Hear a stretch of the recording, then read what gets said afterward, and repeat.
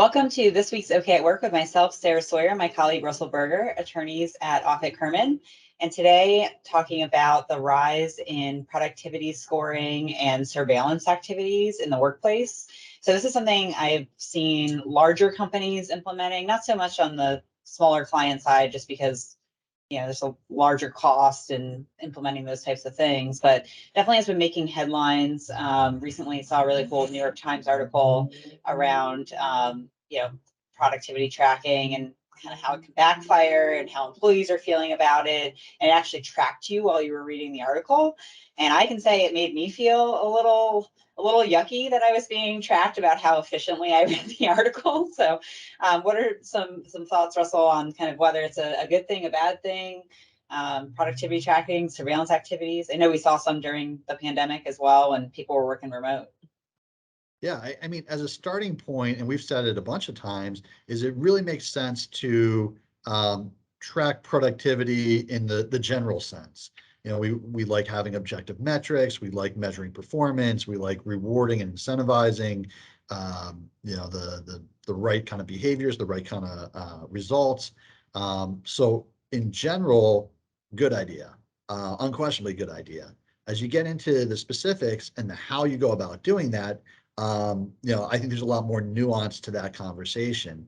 Because certainly, especially during the pandemic and people working remotely, we saw employers that put things on their employees' computer, which is generally permissible to, I guess I should say the company computers that the employee had, which is generally permissible. And even tell employees, hey, this is what we're doing. We're keeping an eye on you. We're tracking how much time you spend on web browsers as opposed to in your email or on these other software applications. And yeah, I mean, it's a way, but it's a way to manage, but it's very big brothery. And depending on your, some workforces that might be appropriate.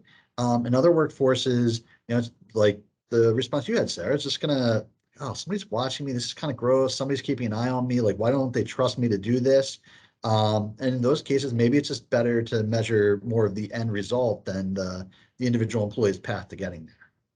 And I think there is, and depending on the industry and the types of employees and how you're implementing it, there is a way where it can almost feel like you're pitting the management against the employee instead of working in a more consultative and congruent manner together around trying to figure out metrics and what are the goals and are we aligned, and I could see companies potentially replacing what we suggest to a lot of our clients, which is regular check-ins with employees and reviews and those conversations and that type of management style with technology and something that seems easier from a scalability standpoint, and because you don't have people in the office. And I could see how it could quickly erode kind of those relationships that I think a lot of people are really missing as far as the collegial relationships within the workplace and having that feeling of being able to go to a supervisor about something and say, well, I'm struggling with this. And, and if that manager's pulling out like, well, here's the spreadsheet and, you clicked away from this 6 times. So I think that's really where your problem is. How's that really going to make the employee feel, but also impact their productivity?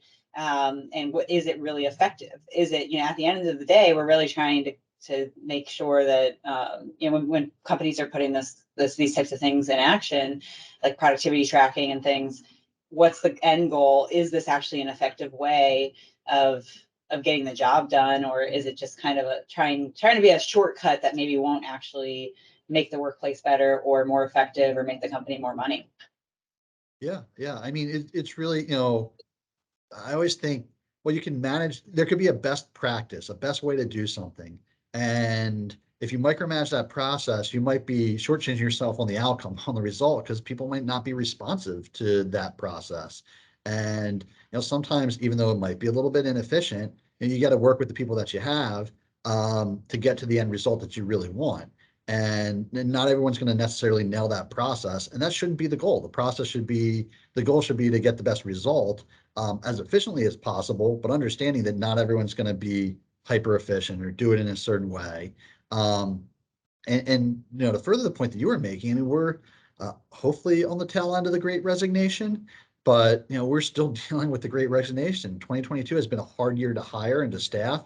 And I think a reason is people feel less connected to their workplace, less engaged with the workplace, and micromanaging people over what they do on their computers during the workday is probably not going to be a remedy for the Great Resignation. It's probably going to exacerbate it. So again, that's not to say don't keep an eye on things, don't manage people. I mean, and now I'm not even necessarily opposed to having the software and keeping an eye on it, but it's really like anything. It's how you use it. How are you messaging this? How are you leveraging the technology that's now available to help you manage, human being to human being? Yeah, and definitely having some policies around it, especially depending on who has access and how you're going to use that information. Is another thing that comes to mind, just in closing here, is, well, from the litigation side or from a complaint side, or now we have this data, right? We have this information. How are we using it? Who has access to it? Are we going to make that data be helpful to us as employers? Is it going to be? So just that's another piece of this too. So I think it's definitely something to be very thoughtful about, both from a practical approach and then also, all right, well, you are going to be collecting a lot of data. Make sure you're, as you mentioned, Russell, communicating it, but also, having policies around it for managers and people who are managing that system for sure. So, well, thank you, Russell. And we'll see you next time. Thanks, Sarah.